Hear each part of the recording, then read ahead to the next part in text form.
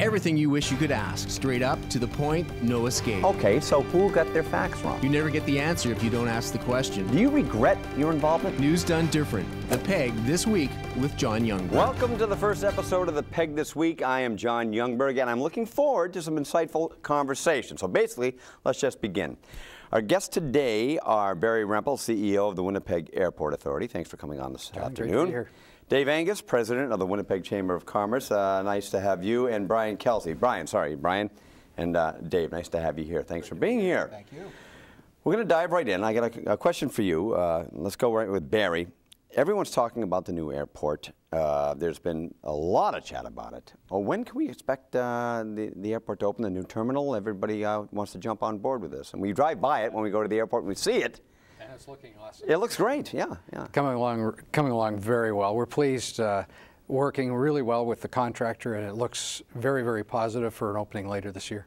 Later this year is coming up, and there have been some delays, but nothing too major. And what does it mean to the city?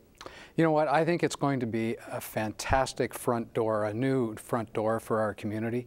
It's the kind of thing. I was just at a conference this week where they were talking about how airports really need to be reflective of their community. Absolutely. And I think this will be just a wonderful reflection on our community. Now, Dave, I'm going to throw a question to you. From the business point of view, the new terminal to Winnipeg, what does it mean to you business-wise? What is it going to bring in?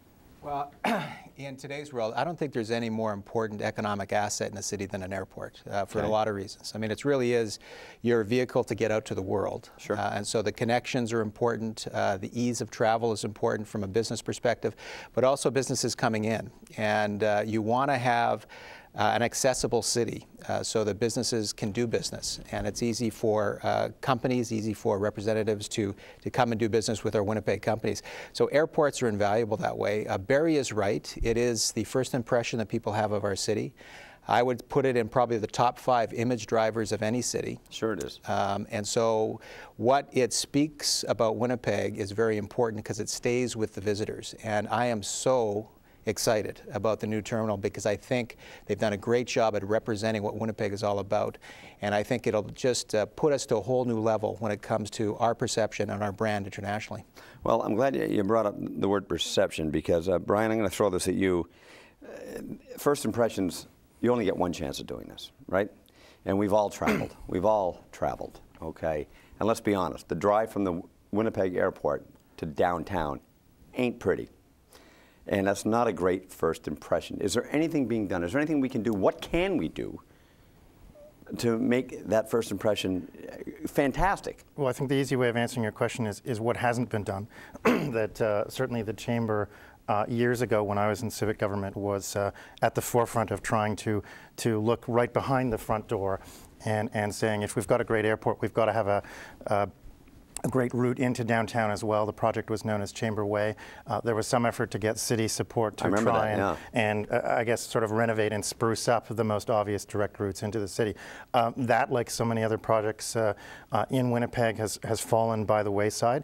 And you know, now that we've got a better product coming forward at the airport itself, I think you know, the obvious next step is for the business community to say, you know, let's keep going and let's move forward with that so that that investment pays off. Yeah. The reality is the project really hasn't fallen off. We're just on Plan Z. There's been iterations of things that... There's not much after Plan Z. This is the last one. And so it's still something that has to be done. It's one of those projects where you can't say, well, we'll forget about it. Right. Something has to be done about the Strip. It is a challenging piece of land. And there's been a lot of different options that have been addressed. We've worked with different architectural companies and engineering companies. We're now at another possible solution. We're working with Manitoba Hydro on a lighting solution, a landscaping solution. So we'll get something done eventually. There is the will to do it, both at the city, at the province, and at the feds, actually. And not surprisingly, with the private sector. We're looking at a public-private partnership around that way. But it has been a challenge, no question about it. Well, we're talking about multiple routes into the city. And we have warehouses and, you know, empty lots and strip joint and blah, blah, blah. And it's a huge project, I can imagine. It really is something that is absolutely critical. There are, for a community of the future to be successful in any way, it's got to have an airport that provides accessibility, speed, agility.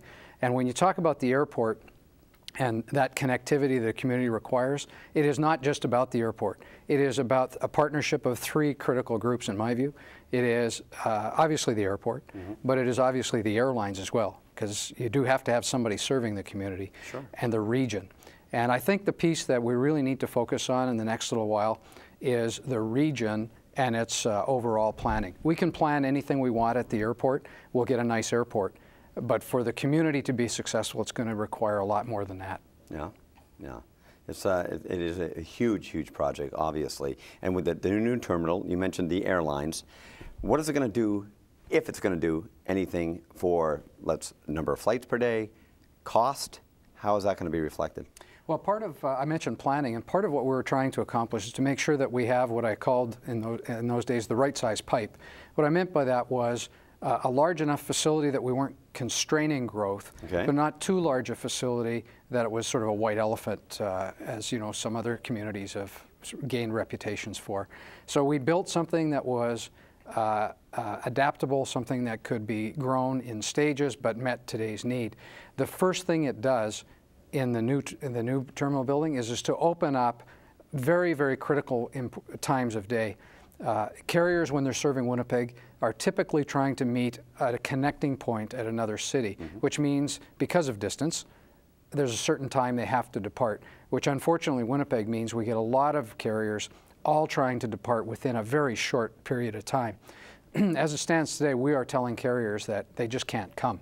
And so the new terminal building, first off, it unclogs that constraint on our capacity. Now, how big are we talking as far as jetways with the new terminal? There are a total of 11 bridges being hung on there right now. That compares to 8 today. But more importantly, it adds a great number of also what we call ground loading positions that we can be using as well. So the existing structure is about 40,000 square meters. The new one's about 51,000 square meters. It's a little bit bigger than that when you think about the application of technology, just because of the way people are traveling today, you know, with their iPhones as their check-in device or their Blackberries, whatever they're using.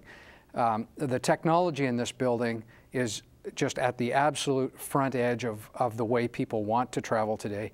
And the way people want to travel is generally a way that leaves them in as much control of their situation as possible. All right, fantastic. I'm flying out tomorrow at 7:30 a.m., by the way. That's out of the old building still. Yeah, I'm not standing in a new building waiting right now. But having said that, target date? We've only said that we're going to make sure that everything that's required for that building is done right before we actually pick the date. We have some great things going on. The contractors are telling us that it'll be turned over to us over this summer, and we'll go through it then and just make sure that we have all the technology working exactly right. You mentioned before you only get one chance to do it right. We want to make sure that we do it right for our community. All right, when you get off those new jetways and you walk through with the businesses that are now set up to be in a new terminal, what does that mean as far as first impressions within the terminal? Like people coming into Winnipeg, there's Winnipeg-based businesses there. Right, and that's what I like about it, frankly, is that there's some real strong Winnipeg brands that are all part of the mix. Yeah, oh yeah. I would imagine that we're going to have people that just want to go to the airport just to take advantage of the retailers that are there. But the other piece in terms of design is that a lot of good amenities now will be after you get through security, which is a bit of a challenge in the current airport setup. So you'll have lots of choices to get through security and then relax and have all kinds of amenities and shopping opportunities on the other side. But the Winnipeg brands, I think, is another thing where Winnipeggers will go in and be proud of the fact that we have these very strong retail and food service brands that really say everything good about Winnipeg. Fantastic. Barry, what do you think? Brian? Well, I think this is... Too many bees on my sheet here. Too many bees. Moving forward on this is good news. I think the next piece of good news I'd like to see, and I'm sure that's a conversation Barry's probably going to want to have in the future on this show maybe, is that once we've got competitive infrastructure, we have to start looking at competitive services and costs, and you're dealing with that in part by bringing in new airlines.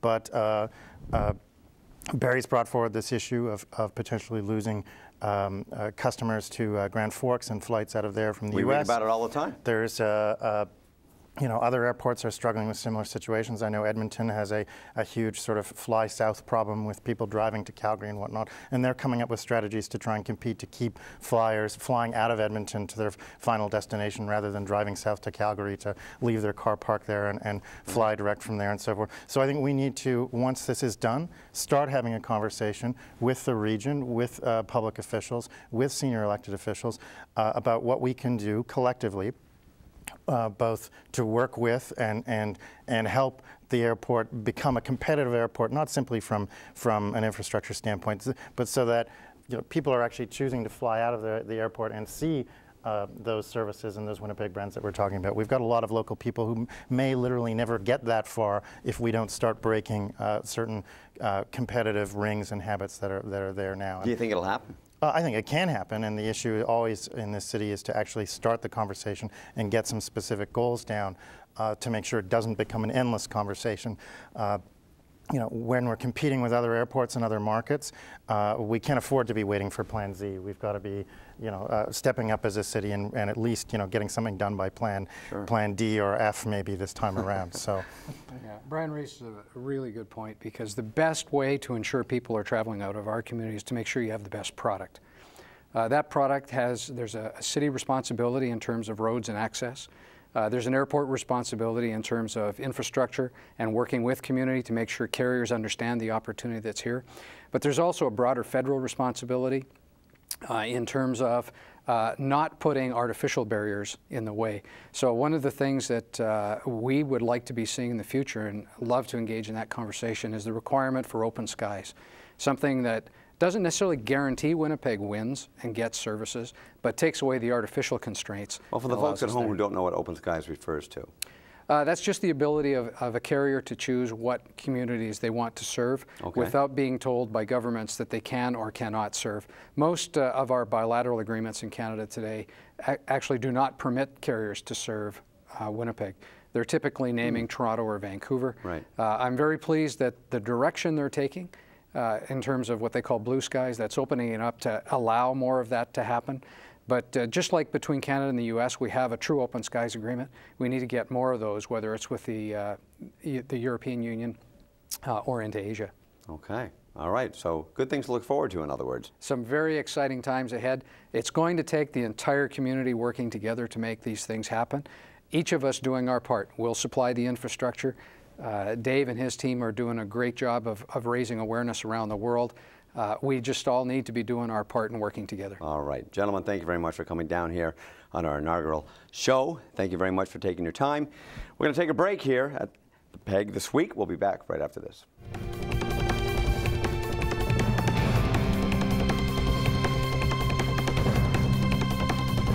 Welcome back to the PEG This Week. I'm John Youngberg, and our second segment of our show, we are rejoined, of course. We have got Brian Kelsey, President of State of the City Research. Thanks for joining us and sitting through the commercial break.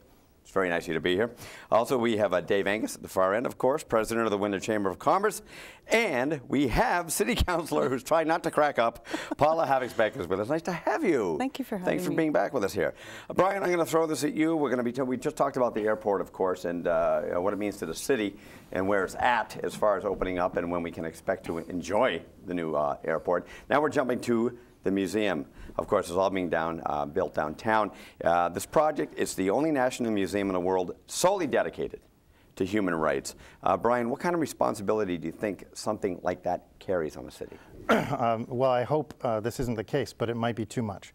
And I think the reason why there's been some controversy around that responsibility is that having a museum devoted to as big a subject and as controversial a subject as human rights, there's a lot of potential for what I'll call mission creep there. That certainly some of the early promotional materials I saw for the museum was covering issues ranging from disarmament to the right to housing and clean water, and you go all the way up to more obvious and horrible cases of human rights violations with respect to issues of genocide and racial marginalization and so forth. So I think it was inevitable. I thought it was inevitable when I first heard about the proposal that you're going to have a lot of controversy around what actually is in the museum. I think the architecture is going to be spectacular, however costly it's going to be. Absolutely. But to really to really capture and use the responsibility we've got for having such a distinctive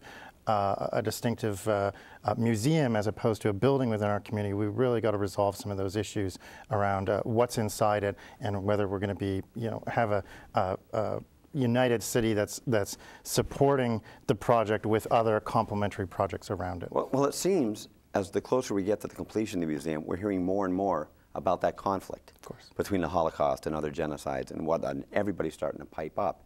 Do you see it escalating? Any one of you? Well, it has been escalating. It has. There's no question about it, and it's not surprising. As Brian said, it's a topic, frankly, that you would have to assume is going to have its conflict just by its nature. And so, I'm not nervous about it, though. I'm proud of our city that we had the courage to say, you know what, this is a tough issue, but we're prepared to put together this museum and create a dialogue, an international dialogue, about a very important topic that is not just about the history, it's also about the future, because there'll be continually a light shone on around the world on human rights abuses and issues that we need to deal with, and Winnipeg will be at the center of that. So yeah, it is controversial. Yes, we have to deal with it, but let's open up the museum, and it's a work in progress, and let's light the fire under this concept that I think is going to be great for Winnipeg. It almost can't be controversial. I mean, it's obviously such a broad topic and affects so many people. So there will be that controversy, of course. But let me throw this to you, City Councillor. With the 3 levels of government are doing this, 5,600 donors, total capital cost of roughly $310 million. To manage a project like that on all those levels, it certainly has challenges as well. Oh, huge. And, in my conversations with Stuart Murray, Arnie Thorstensen, it's fraught with all kinds of controversy, but they are open and welcoming it. And they see it as a further step to enlighten and to create awareness and to establish peace in the world. Well, you know what, that's the goal. That's fantastic. Let's hope it works that way.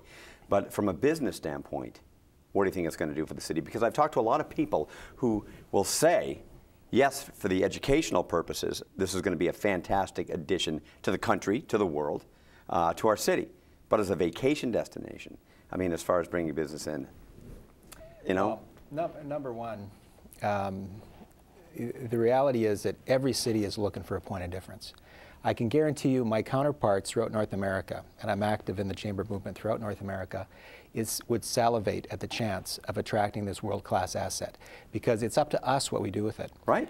When you look at the potential for conferences, frankly, not just around human rights, but just the attraction of conferences, because we have the Human Rights Museum here, we're already starting to see major bookings, 2013, 2014, because of the museum. Fantastic. There's tremendous economic opportunity. And the way we can package the tourism elements, the attraction of human rights, and then the polar bear exhibit at the Assiniboine Park, around the environmental research and the information and learning that will go with that.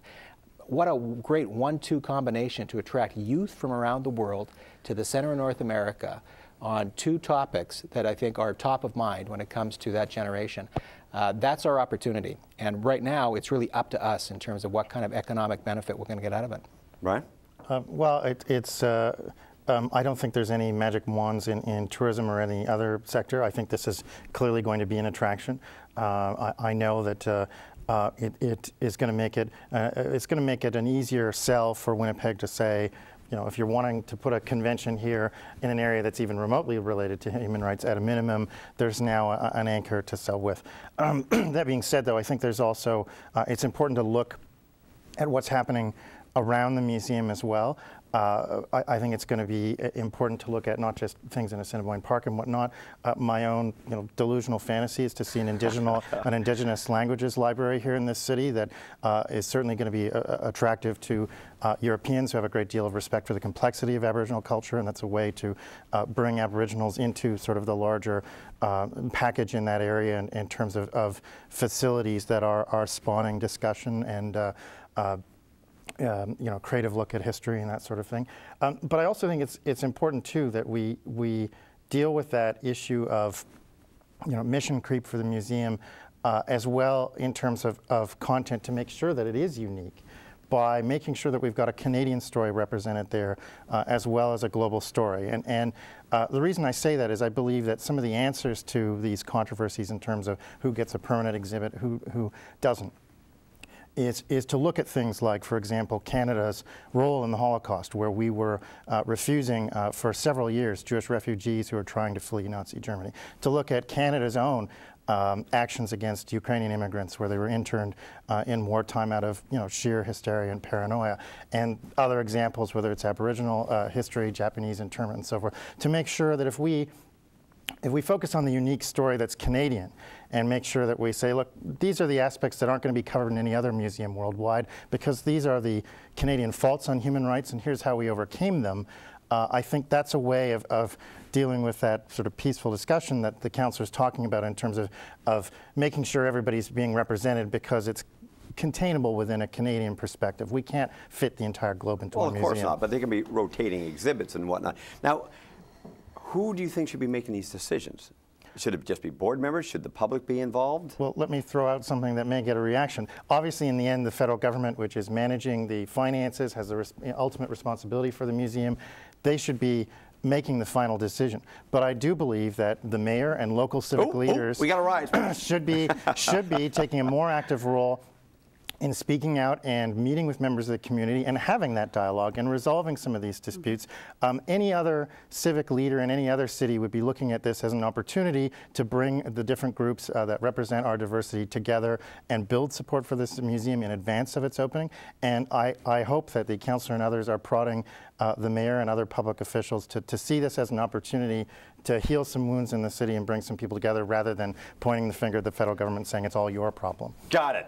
Paula, you're just chomping at the bit here. Are you prodding the mayor on this? Is there prodding going on? There's lots of prodding everywhere. So seriously, what is your opinion on that? How much should the public be involved in this? I think the public is getting more and more involved, but I think the people that we have leading this charge are engaging all levels of government and the private sector. When you stop and think that the Friends of the Museum has raised $130 million already, I mean, Gail and Mo have worked towards all of that and spent all of their energy towards doing that. And I really think that's commendable. I also think that we're looking a little bit too narrowly. This is going to be recognizable, same as the Louvre, same as the Sydney Opera House. This is going to put Winnipeg on the map as an international destination point, and the economic spin-off is going to be huge. I would bet that and I'm not a betting lady, but I would bet that within 2 or 3 years, we will see more of an economy downtown. We'll see more hotels, more retailers, more restaurants, more groceries. There's very limited grocery for the people moving downtown. Sure. We already are seeing more housing through Destination Winnipeg and other developers that are working towards that.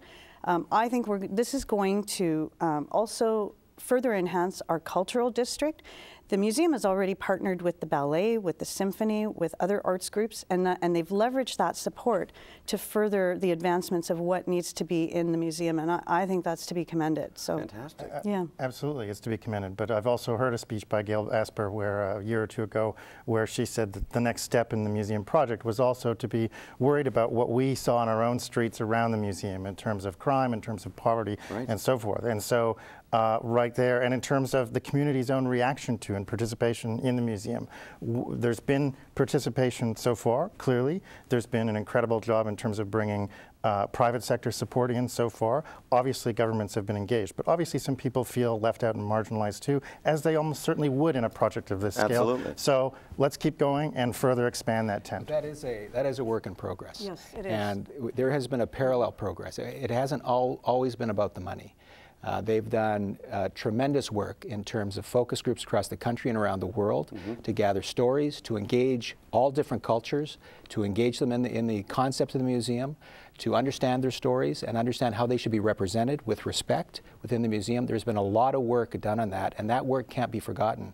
And so the conversation needs to continue even past spring of 2013 with all of these different groups because they need to take ownership over it. But let's not forget about the great work that's been done so far. Well, I'm going to keep you on the hot seat here because you mentioned something else about building the downtown. What's the buzz going on in the business community about building around the museum? I know the waterfront's being redeveloped and whatnot. Right. What's the buzz? Well, you know, the reality is there is huge momentum in the downtown right now. There's tremendous rolling development, and with every new investment and every new visual advancement within our downtown, whether it's the Hydro Building, the MTS Center, or the museum, comes all kinds of investments around it. So we will see continued development around waterfront in particular. The Forks will continue to fill out. In the Exchange District, we're already seeing a lot more conversions, a lot more condominium and apartment and rental property development happening. We are starting to see some development. It never happens as quick as we'd like. No, never does. But there's tremendous momentum right now in downtown Winnipeg. So well, and that's the caution I'd add, and that's the the problem with Winnipeg thinking sometimes, is we focus so much on the ribbon cutting that we lose sight of the part that comes afterwards. I've lived downtown, and you know, condos that would be opening in the Exchange, you'd often see a high turnover in them. There are still condos that are being held by non-residents in the waterfront. There are still empty storefronts along the waterfront. Right. We have to make sure that rather than just focusing on building the infrastructure, and this applies to a mega project like the museum, it applies to a small project like a condo development, that we have to make sure that we've got the momentum at the ground level in terms of services and community support, so that we actually are seeing the little things improve in terms of cleanliness, groceries, public safety, and not just take it as though this one mega project here or this new development there is the solution to the problem. We need the people to fall in behind the infrastructure to make it truly livable and workable. Well, Paula brought that up as well, as far as City Councilor, as far as bringing the businesses down there. Is there an incentive for customers, businesses, not just businesses? Yeah, I mean, well, we've seen many businesses open and close. Customers, right? You know, so well, we've tried, and that's been the problem in Winnipeg. But the biggest issue is residential development in the downtown. We need more people living downtown, so we have that resident market that will attract the businesses to it. And we will see that. I really believe that the work, particularly of groups like Centre Venture, who are stimulating the growth. When you look at buildings like the Avenue building on Portage Avenue, when you look at buildings in the Nygaard district, the Metropolitan being redeveloped, refurbished, when you look at all the residential for young professionals to come and live there, you're in a catch-22 a little bit, because you don't have all the amenities right now to get people to want to live downtown. Yet you need the people there to support a grocery store, for example. It's kind of like a dog chasing its tail, right? Right. Yeah. But it will come. I believe if you look 2 years out, you will have those buildings filled, and you will have a store there. I really believe that. Grocery, all the amenities you need. So people won't need to be so vehicle reliant and go out of the downtown. Well, we hope so. It'll help a number of ways with the environment and whatnot. And, Absolutely. And then we're looking forward to the museum opening up, and I look forward to seeing you back on the show down the road. Thanks for joining us at the PEG this week. John Youngberg, thanks for joining us. We'll be back next week.